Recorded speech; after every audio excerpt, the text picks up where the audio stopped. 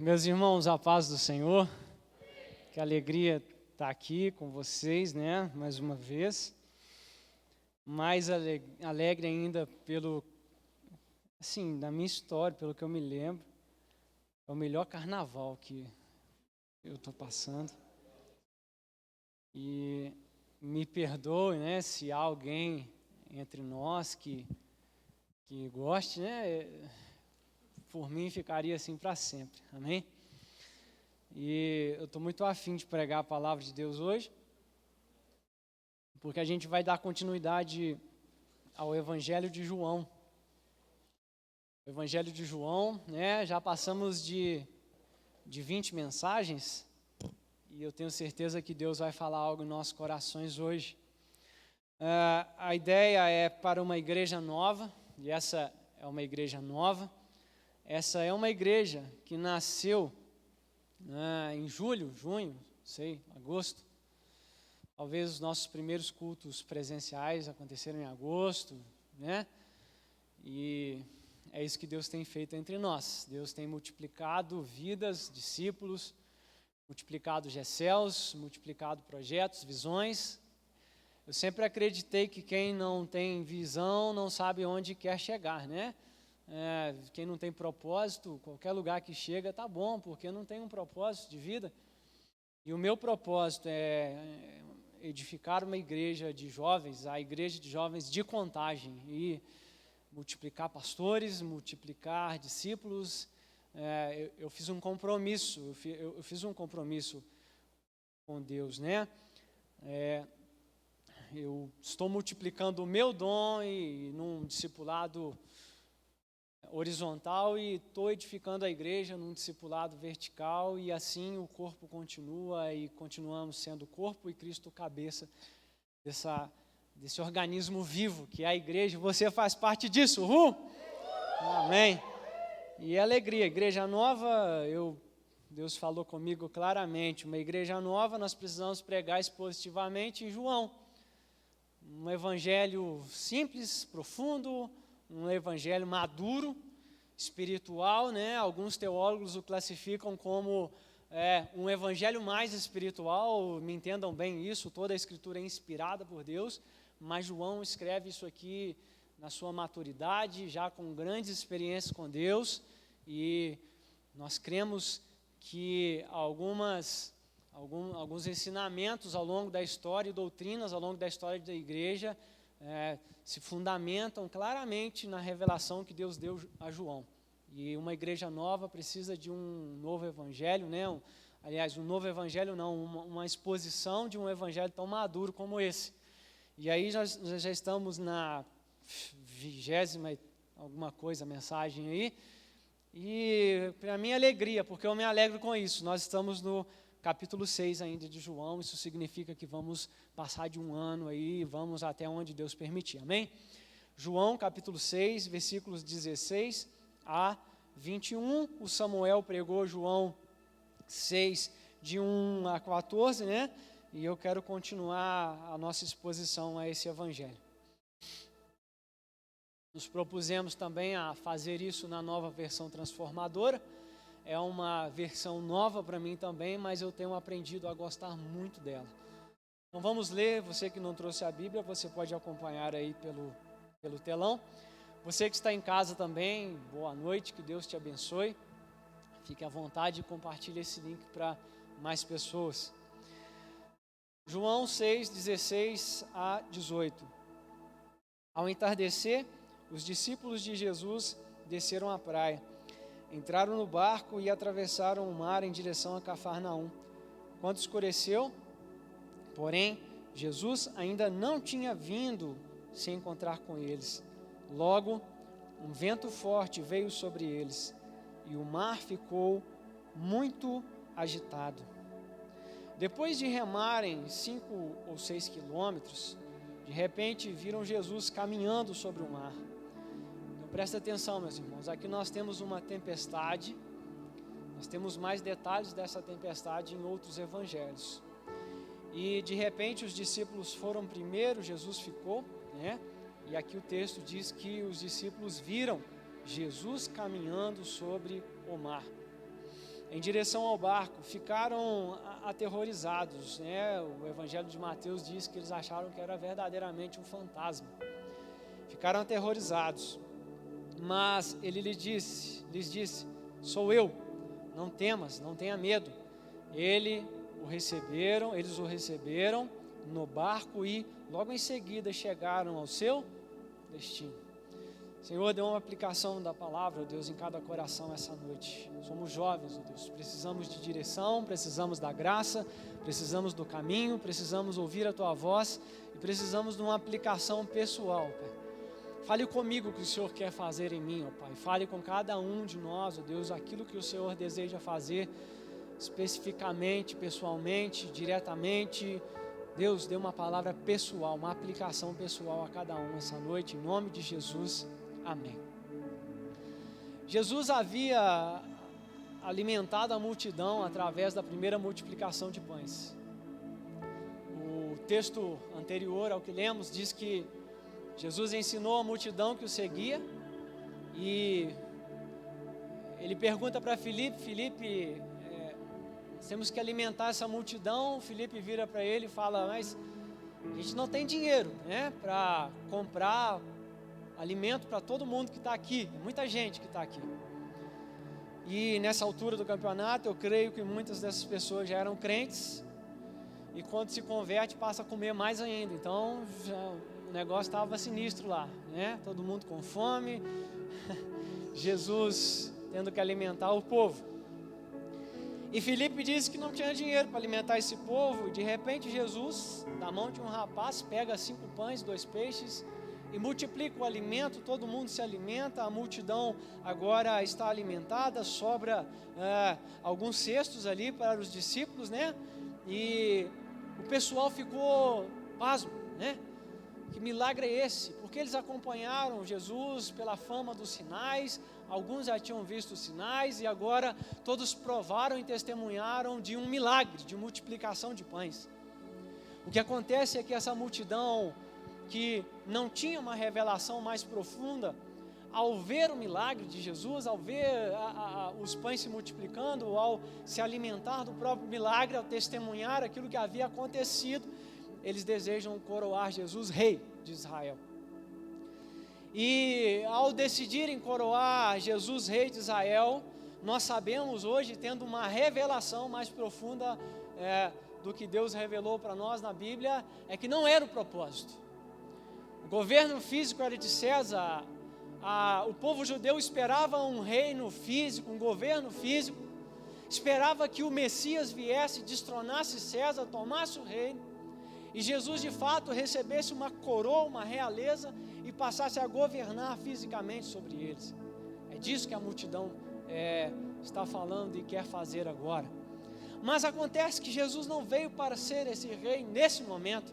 Jesus veio para exercer um governo espiritual. Ele precisava viver sem pecado, ele precisava ser condenado, ele precisava ser crucificado, o sangue precisava ser derramado para que ele, sem pecado, vencesse a morte, ressuscitasse, e aí sim, como Rei dos Reis, Senhor dos Senhores, governasse espiritualmente todo aquele que nele crê. Mas a multidão estava numa visão errada. A multidão querendo coroá-lo, Jesus se retira nesse momento e vai para o monte. Só que o que acontece? O texto que lemos diz que ao entardecer, os discípulos desceram para a praia, entraram no barco, atravessaram o mar em direção a Cafarnaum. Os discípulos foram e Jesus ficou naquele local. Os discípulos pegaram um barco e a Bíblia diz que quando escureceu e Jesus ainda não tinha vindo com eles, Jesus ainda estava no local da multiplicação, o texto diz que veio uma tempestade, um vento forte sobre o mar, sobre eles, e o mar ficou muito agitado. A grande pergunta é: Jesus sabia dessa tempestade no mar? Será que Jesus é um Deus tão maldoso que, vamos ver a vergonha alheia agora, deixa eles irem embora. E aí a gente imagina, pode ser que ele de fato não sabia, não, ele sabia, tinha o conhecimento. Jesus, 100% homem, 100% Deus, ele tinha conhecimento, ele andava no Espírito, ele tinha palavra de conhecimento e palavra de sabedoria. Ele sabia da tempestade, ele sabia que os seus discípulos passariam por aquele momento, por aquela tempestade, e que eles teriam medo daquele momento no mar. São tempestades, mas quem olha com um olhar simplesmente natural para um texto como esse, enxerga que na caminhada daqueles discípulos que estavam fazendo a obra de Deus, ninguém estava em desobediência ali, ninguém estava em um caminho contrário de Deus ali. Acabaram de testemunhar e de ter cestos cheios de alimento pelo milagre da multiplicação dos pães. Acontece que Jesus, num plano maior, num propósito maior, num projeto maior para a humanidade, permite sim. Por quê? Porque para os discípulos era perigoso essa história de coroar rei. Eles estavam em um nível de maturidade não tão profundo. A gente sabe, nos acontecimentos posteriores veremos isso. Talvez seria atrativo para eles mesmos, um primeiro-ministro chamado Pedro, um tesoureiro chamado Judas, servindo a um rei chamado Jesus, com um trono em Israel, destronando César por guerra. Mas Jesus permite uma tempestade para trazer e cumprir o plano e o propósito maior na história daqueles homens e na história da humanidade. E falar para um grupo de jovens isso parece até quebrar paradigma quando nós apenas ficamos com o evangelho pregado pela maioria das igrejas. Um evangelho triunfalista. Um evangelho de que jovem em Cristo não pode sofrer. Um evangelho de que fé e sofrimento não estão de comum acordo. E às vezes a gente ouve tanta besteira por aí, falando até que é falta de fé quando um crente passa por tribulação e sofrimento. E aí encontramos pessoas com peso espiritual, cheias de amarguras, cheias de peso, porque de fato o sol nasce para todos. Os sofrimentos na vida do cristão, eles acontecem sim. As lutas vêm e as tempestades vêm. Nós estamos falando de discípulos que estavam sendo forjados pelo Messias. Discípulos esses que estavam agora em alto mar, depois de um dos maiores milagres que eles tinham visto, alimentar uma multidão através de 5 pães e 2 peixes. Agora esses discípulos estão em tempestade. Sabe, sofrimento não é falta de fé. Ele pode se configurar sim em alguns momentos, mas nós precisamos entender que podemos estar em Cristo, podemos exercer a fé e passamos sim por dificuldades na terra. Presta atenção, não existe essa história de que sofrimento é falta de fé, de que luta é falta de fé, de que um erro é falta de fé. Se fosse assim, esses discípulos não teriam essa fé. Estevão, que foi apedrejado, morreu por falta de fé. Não, pelo contrário, cheio do Espírito, fazendo a obra de Deus, um mártir, para cumprir o propósito eterno de Deus, para que pela morte dele, pela perseguição da igreja, ele saísse daquele lugarzinho chamado Jerusalém, e agora se espalhasse em Atos 7, 8, 9, 10, pela Samaria, pelos confins da terra. A perseguição fez isso. Nós precisamos entender que muitas vezes a luta se configura num trabalhar de Deus na nossa vida. Se olharmos para a vida de Paulo, alguém que se despede da igreja de Éfeso, dos presbíteros de Éfeso, simplesmente para ir em direção à própria prisão. Os homens botam a mão na cabeça dele e falam: pelo amor de Deus, Paulo, você vai ser preso em Jerusalém. Ele diz: cabe a mim cumprir aquilo que o Senhor me chamou para fazer. E lá ele foi preso, e lá ele foi enviado a Roma. Em Roma ele pregou a palavra de Deus. Em Roma ele escreveu as cartas mais profundas do Novo Testamento da prisão, amarrado no soldado romano. Ele disse: vocês precisam lutar com a armadura de Deus. E ele olhava para o soldado e falava de uma couraça, ele olhava para o soldado e falava de um cinto, ele olhava para o soldado e falava de um calçado. E assim Paulo deu a revelação para a igreja no sofrimento. Presta atenção, Quando nós olhamos para João, quem está acompanhando o livro de Apocalipse comigo, está vendo que João não está escrevendo Apocalipse da praia do Nordeste tomando água de coco.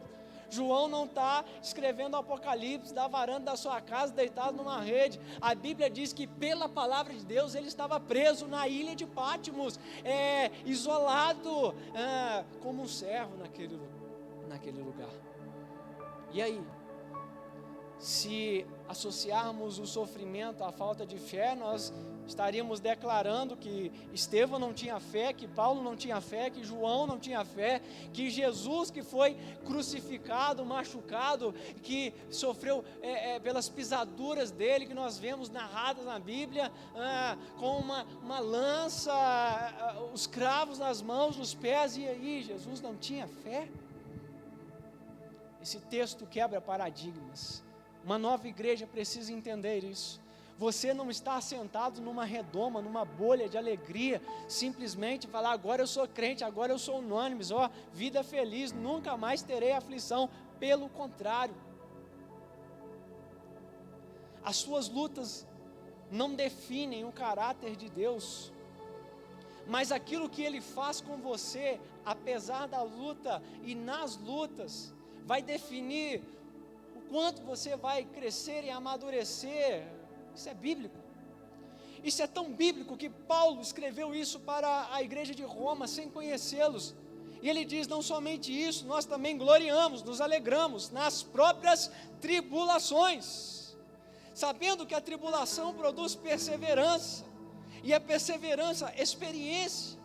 Quando nós estamos em sofrimento, nós podemos olhar para esse sofrimento e falar assim, meu Deus, eu acho que eu sou o pior crente do mundo, mas você pode olhar biblicamente e falar assim, meu Deus, eu estou adquirindo uma capacidade de perseverar pela graça, e eu vou sair mais experiente desse negócio, e eu vou sair com mais esperança, eu me glorio, eu me alegro, eu confio nos propósitos do Senhor. Vocês me conheceram num período de muita alegria. Os pastores dessa igreja sabem que eu vou para as reuniões de discipulado e na hora de expor as dificuldades, eu sempre brinco, eu cumpri a minha cota em 2018. E eles começam a rir, e de fato, porque vocês me conheceram num período de muita alegria. Vocês conheceram, né? Eu e a Eliud num período de sorriso de orelha a orelha, e o Pedro, né? Se espirrou, ele está rindo, ele acorda de madrugada, em vez de ele chorar, ele ri, né? Alegria. Mas, se vocês conhecessem a nossa história, vocês veriam que nem sempre o sofrimento é falta de fé, pelo contrário.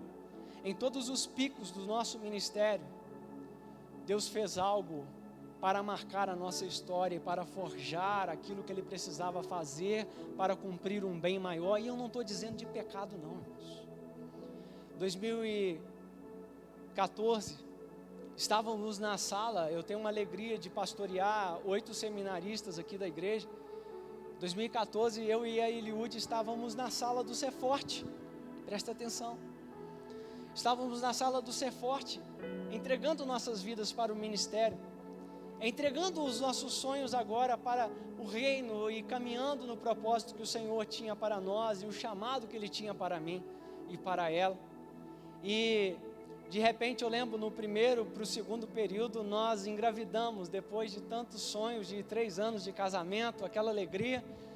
E eu me lembro direitinho, o dia que a gente tinha uma prova, era um jogo Brasil e Uruguai aqui em Belo Horizonte, semifinal da Copa das Confederações, ou da Copa do Mundo, algo assim. Um jogo que tinha ficado 1-0, e quando todo mundo estava comemorando, eu e ela percorrendo os hospitais de Belo Horizonte, atrás de um médico, porque nem médico tinha de plantão. E aquele primeiro sonho, aquela primeira alegria, com menos de 3 meses, estava indo embora. Eu lembro, né, do quanto Deus forjou a nossa história, o nosso caráter naquela semana, porque foi sofrimento a contra-gotas. A gente sabia, sabe aquela história que você sabe e você sabe, mas não aconteceu, mas você sabe que aconteceu, mas não aconteceu, né? Aquele negócio doloroso, e foi a semana inteira, até que chegamos na nossa sala, deitamos, nos abraçamos e entregamos o nosso filho para o Senhor, e ali mesmo ele foi embora na nossa sala, e ali mesmo o nosso primeiro sonho se foi. E após isso foram 3 anos tentando engravidar, e começamos um tratamento de diagnosticar. Ela fez os 3 exames possíveis na época, as 3 tecnologias possíveis na época, eu também. Fomos diagnosticados com infertilidade, sem causa aparente. Até que no segundo pico do meu ministério, no auge do meu pastoreio em São Genaro, uma igreja em revitalização de 13 pessoas, já estava com 70, e de 0 Gessels já estava com 11, mentalidade transformada, algo que Deus estava fazendo de tão maravilhoso que é inacreditável só de contar. Deus nos deu um milagre chamado João. E eu lembro da gente testemunhando esse milagre diante da igreja. Um pastor jovem vivendo um milagre de cura de infertilidade. Uau! E aquela gravidez foi, um tanto quanto já difícil. Foi uma gravidez que trazia muito medo para nós, pelo acontecido no passado. Mas até então tudo bem, tudo certo, o nosso milagre vai nascer. Faltando 6 dias para o João nascer, chegamos no consultório já para marcar a indução do parto, né? E ao chegar no consultório, a médica não detectou o batimento cardíaco dele, e de repente nós fomos agora surpreendidos, né, pelo um parto natural, induzido, e pegamos o nosso milagre no colo, já morto. E não bastasse isso, né, a lei brasileira, nos incentiva, não tem escolha, na verdade, a um pai de família, pastor, no auge do ministério, com a sua esposa, agora entrando num cartório para tirar uma certidão de natimorto, e indo para um cemitério com um caixão pequeno, branco, para enterrar o próprio filho, o próprio milagre. E eu lembro que Deus pegou, usou de uma médica, chamada Késia, que tinha passado por isso, uma referência no Brasil. Ela pegou nas minhas mãos e disse assim, e eu fui surpreendido por aquela palavra. Ela disse para nós, o Senhor deu, o Senhor tirou, louvado seja o Senhor, daqui a 1 ano nós estaremos juntos novamente. E lá fui eu para frente da igreja, dizer para a igreja que o nosso milagre tinha ido embora. Sabe, querido? Aí veio a 3ª gravidez da Eliúde, o Pedro, e não teve um dia que eu não enxergava um flash na minha mente andando pelas ruas de Belo Horizonte, do dia que a médica fez um estalo no aparelho, ligou e desligou em 2 segundos, dizendo que não havia batimento cardíaco. Mas você pensa, é um pastor que está no auge do seu ministério, que está na sua caminhada cristã, saindo do seminário, e agora, depois de uma experiência dolorosa no seminário, uma outra experiência, e se associarmos o evangelho com o sofrimento e a falta de fé, nós temos que largar e abandonar agora a Bíblia, ou nós podemos confiar num propósito maior do Senhor, num desígnio maior, em algo que Deus quer fazer através disso. Eu dificilmente eu abro essa história, mas eu estou abrindo essa história aqui hoje porque eu sei que há entre nós alguém que precisa de quebrar paradigmas dentro do coração sobre sofrimentos. Irmão, não teve um dia da gravidez do Pedro que não ficávamos ali achando que ele ia morrer. Não teve um dia. E aí isso desataram alguns problemas emocionais, ao mesmo tempo tendo que apresentar quantas? 7, 3, 4, umas 4 crianças de luto, porque a terra que eu pastoreava era frutífera, dava menino igual dava goiaba no pé. Uau!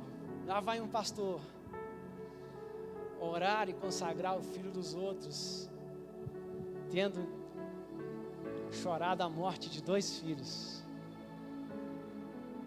Meu Deus. E aí a gente fica nesse, né?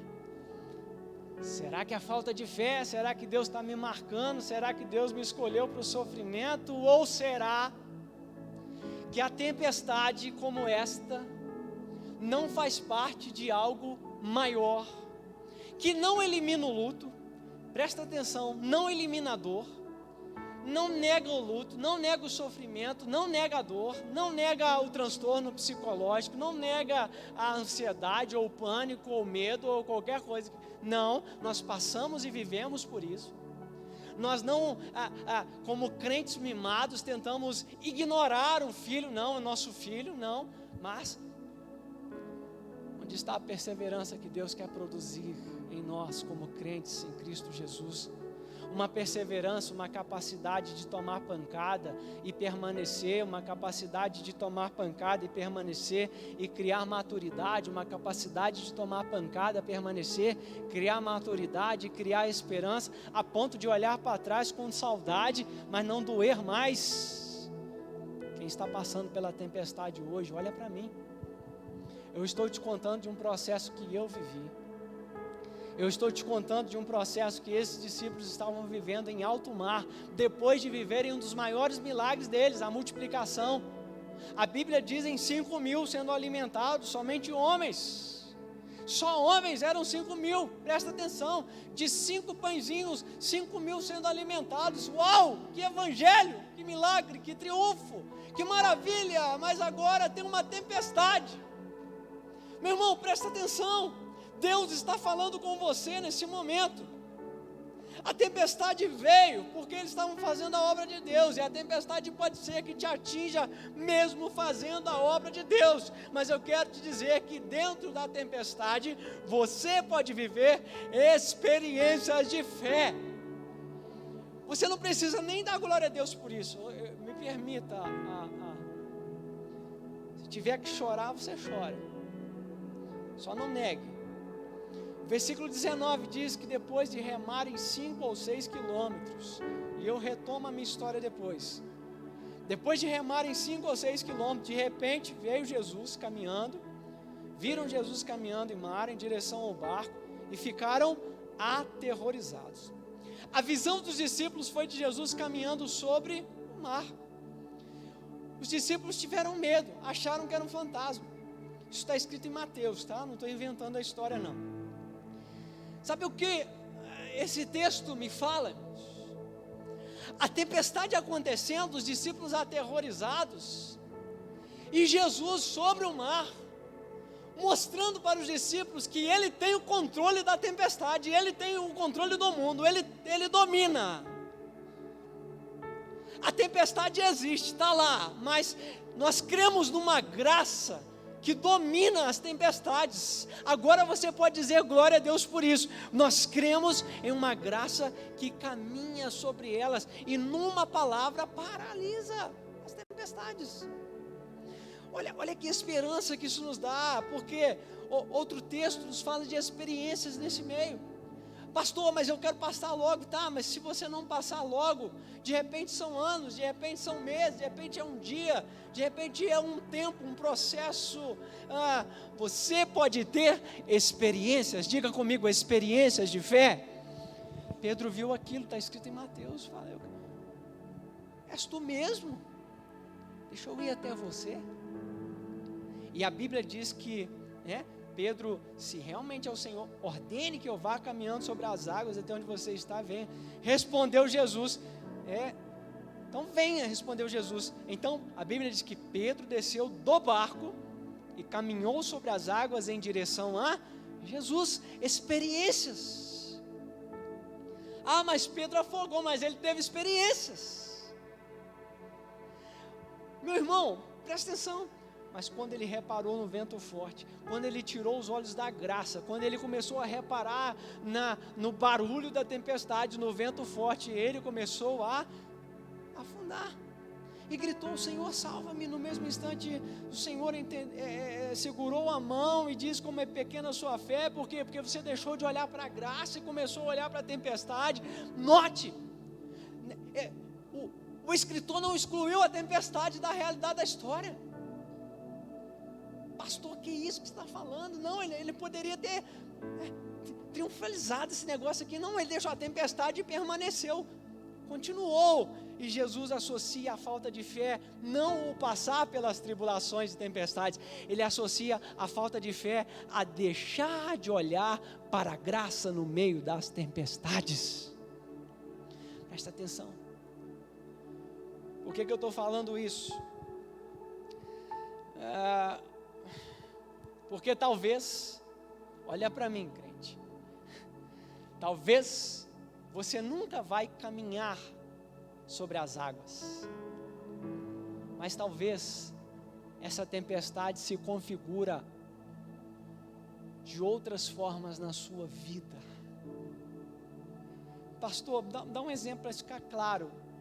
Gravidez na minha vida nunca vai ser normal, crente. Para mim, para nós, né? 9 meses de gravidez é a gente, né? Desde o Pedro, desde do João já, né? 9 meses para nós de gravidez, né? É simplesmente você aqui, ó, sem controle de nada, pisando nas águas, olhando para Cristo, sem controle de nada, pisando nas águas, olhando, vamos. Cristo é a graça, né? Vamos.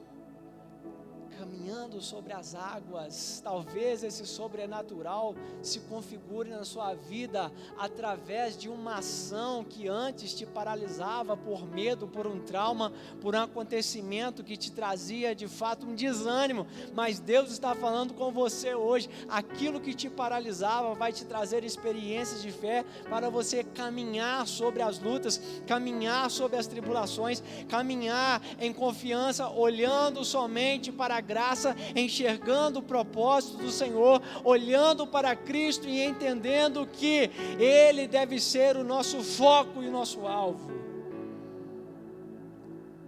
Para nós, eu acho que se a gente pular dentro d'água, nós vamos pular, vamos afundar junto. Mas a gravidez é nosso caminhar. De repente para você é um medo. De repente para você caminhar sobre as águas hoje é tomar uma decisão hoje. Uma decisão de paralisar aquilo que tem te travado. Uma decisão de retomar a fé e o foco e olhar para Cristo e ir. Assumindo os riscos. Deixando de ter controle. Gravidez para nós é deixar de ter controle. Sabe por que é deixar de ter controle? Porque nós fizemos todas as consultas de pré-natal certinho, com plano, com tudo top. E quando fomos lá para o hospital, já toda uma equipe mobilizada para os estudos do João. Uau! Qual síndrome o João tinha para morrer, faltando 6 dias para ele nascer, né? Qual síndrome ele tinha? 18, que trissomia, que nenhum ultrassom detectou nenhuma aparência física deformada, e aí já mobilizaram um laboratório, uma equipe em São Paulo, e uma equipe para, após o João nascer, já colherem todos os materiais, né? E eu estava lá, né? E a médica toda hora olhava para mim e falava: pastor, e nós orávamos e tal.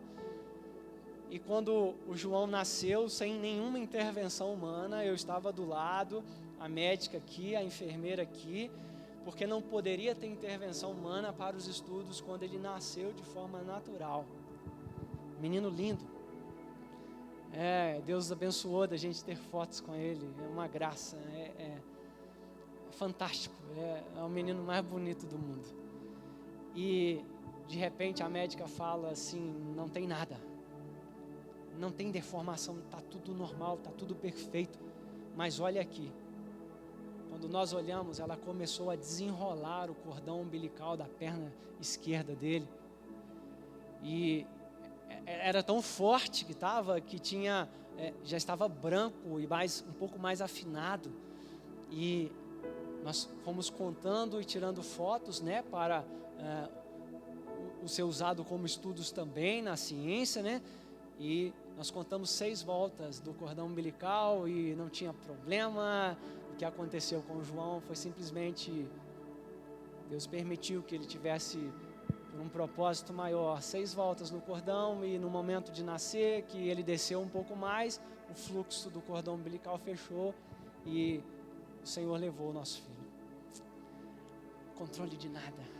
Agora vem o Pedro, o que nós vamos fazer? Nada. Caminhar sobre as águas, olhando para Cristo, para a graça. A Maria está vindo aí, a gente não sabe o que serão essas 4 semanas, eu creio numa graça, mas o que nós podemos fazer? Vamos fazer um ultrassom a mais? Não adianta. Olhando para o autor e consumador da fé e caminhando em um terreno onde não temos controle de nada. Quem é que está recebendo uma palavra de Deus hoje, que Deus está falando? Onde está a sua coragem para caminhar naquilo que te paralisa, para deixar para trás os seus traumas? De repente é um abuso sexual.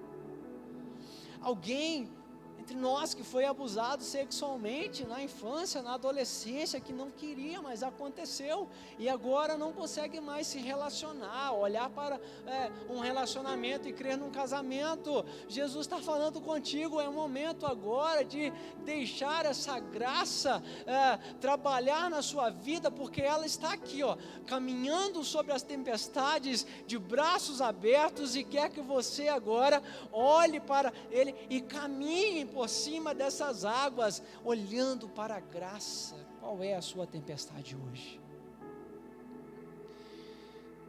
Coragem para tomar uma decisão, uma atitude de romper com aquilo que te trava, um pecado de estimação, algo que te insiste em puxar para trás. Deus está te chamando hoje, é momento de caminhar. Não espere, irmão, ter todas as variáveis certinhas para você tomar uma decisão. A fé é crer contra a esperança. A fé, mas Pedro, pastor, deixou de olhar, mas ele caminhou sobre as águas, ele teve fé, ele creu em Cristo. A fé não foi suficiente, porque por um momento ele deixou as tempestades falarem mais alto. Mas o que Deus está falando conosco hoje é: tribulações vêm, pode ser que você seja fruto de uma, esteja vivendo uma tempestade, mas Ele está falando também que Ele quer te dar experiências sobrenaturais. Caminhe sobre as águas. Deus está te chamando a viver uma vida de fé. Caminhe sobre as águas.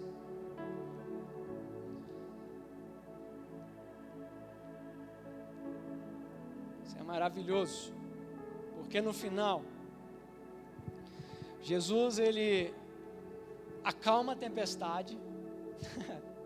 Gente, a Bíblia é um livro fantástico, porque ela não esconde os defeitos dos heróis. Se fosse um livro escrito por nós, né, Vitão? Vamos deixar essa parte que Pedro afundou de lado, velho. Mas não, a Bíblia não esconde. Olha que maravilhoso, versículo 20 e 21. Mas ele lhes disse: sou eu, não tenha medo. E eles receberam no lago, no barco, e logo em seguida chegaram ao seu destino. A tempestade se tornou agora uma calmaria naquele mar. Se você lê Mateus, lê os sinóticos, você vê a tempestade agora numa calmaria, Jesus no barco e eles chegando ao seu destino. Que palavra familiar! Sou eu. Ele está falando assim, sou eu. Não tenha medo não, sou eu. Sabe, só recebe uma palavra dessa quem tem intimidade. Ele está olhando para aqueles discípulos que caminhavam com ele, está dizendo: calma, cara, sou eu. E de repente Jesus está falando contigo agora no seu coração: calma, sou eu, não tenha medo. E Jesus deu a vitória a eles nas tempestades, a vitória aparente. Chegaram ao seu destino. A vitória invisível Você vai dar glória a Deus. A vitória aparente chegar ao seu destino. A vitória invisível. Jesus continuou a obra, o ministério foi adiado, crucificado, morreu, venceu a morte, ressuscitado. O plano de redenção foi cumprido na cruz do Calvário, porque ele não aceitou ser coroado rei nesse momento. Sabe, tempestades podem nos desanimar. Pode ser que um dia você saiba qual foi o propósito maior, pode ser que não. Como Jó. Em nenhum momento Deus falou para Jó: Jó, aconteceu isso, por isso. Pelo contrário, ele falou: Jó, quem é você, quem sou eu? Confie. Meu irmão, eles chegaram ao seu destino, o plano de salvação se cumpriu. E a última palavra que eu tenho para vocês hoje é: as provações em sua vida não são diferentes de que outros enfrentaram. 1 Coríntios 10:13. Deus é fiel. Ele não permitirá provações maiores do que vocês podem suportar. Quando forem tentados, quando forem provados, Ele mostrará uma saída chamada de escape para que consigam resistir. Esse é o nosso Deus. Tiago 1,12, bem-aventurado aquele que suporta com paciência as provações, porque depois receberá a coroa da vida que Deus prometeu àqueles que o amam. Sabe, eu não sei qual é o tipo de tempestade que você está vivendo hoje. O que Deus está falando para você é: elas não podem te paralisar. Ele está te chamando a uma vida de caminhar, uma vida de fé, uma vida de experiências, uma vida de olhar para Cristo e vencer com Ele. Quantos querem isso? Digam amém. Eu quero que você coloque-se de pé agora. Eu quero que você deixe Deus trazer aquilo que você precisa agora entender.